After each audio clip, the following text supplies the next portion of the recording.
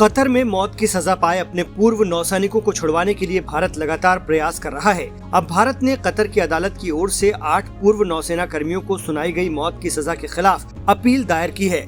विदेश मंत्रालय के प्रवक्ता अरिंदम बागची ने बताया है कि दोहा में भारतीय दूतावास को हिरासत में लिए गए भारतीयों तक एक और काउंसलर पहुंच प्राप्त हुई है।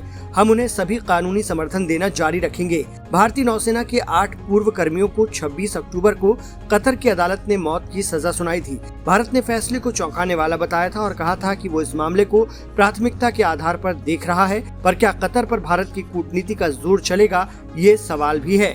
असल में कतर में काम कर रहे पूर्व भारतीय नौसैनिकों को सुनाया गया फैसला पूरी तरह गोपनीय है, इसे सार्वजनिक नहीं किया गया है। ऐसे में मुकदमे को लेकर किसी ठोस जानकारी के अभाव में परिजनों को लगता है कि इस मुद्दे पर पश्चिम एशियाई मीडिया में बहुत सारी गलतफहमियां पैदा हो रही हैं। हालांकि भारतीय विदेश मंत्री एस जयशंकर ने 30 अक्टूबर को कतर में सजा पाए नौसैनिकों के परिवारों के साथ बैठक के दौरान हर तरह के सरकारी समर्थन का आश्वासन दिया था।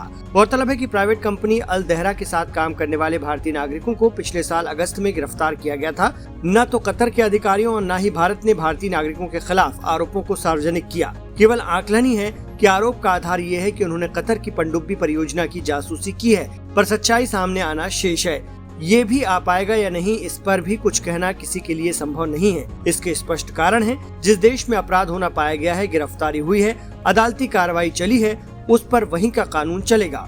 हालांकि पूर्व सैन्य अधिकारियों ने कहा है कि सभी पूर्व नौसेना अधिकारियों का भारतीय नौसेना में 20 साल तक का बेदाग कार्यकाल था। उन्होंने बल में ट्रेनरों सहित कई अहम पदों पर काम किया था। भारत के पास केवल डिप्लोमेटिक वेपन है, जिसके सहारे वो भारतीयों को बचाने की कोशिश कर सकता है। अंतिम फैसला कतर का ही होगा। चूंकि कतर में किंगडम है, ऐसे में वहाँ के राजा के पास असीमित अधिकार हैं। वो चाहे तो सभी भारतीयों को बाइज्जत बरी कर सकते हैं। ये मामला बहुत संवेदनशील है। भारत सरकार या पीड़ित परिवारों के पास बहुत सीमित कानूनी अधिकार हैं। पूरे मामले में कतर के कानून ही लागू होने हैं, न ही इसमें भारतीय कानून लगेगा और न ही कोई अंतर्राष्ट्रीय कानून मददगार होगा। इसे डिप्लोमेटिक तरीके से ही हल किया जा सकता है, ठीक उसी तरह से जैसे हमास के कब्जे में मौजूद अमेरिकी माँ बेटी को छुड़ाने के लिए अमेरिका ने कतर से मदद ली और आज वो दोनों सुरक्षित हैं। ठीक उसी तरीके से भारत सरकार को भी अपने नागरिकों को बचाने की कोशिश करना होगा।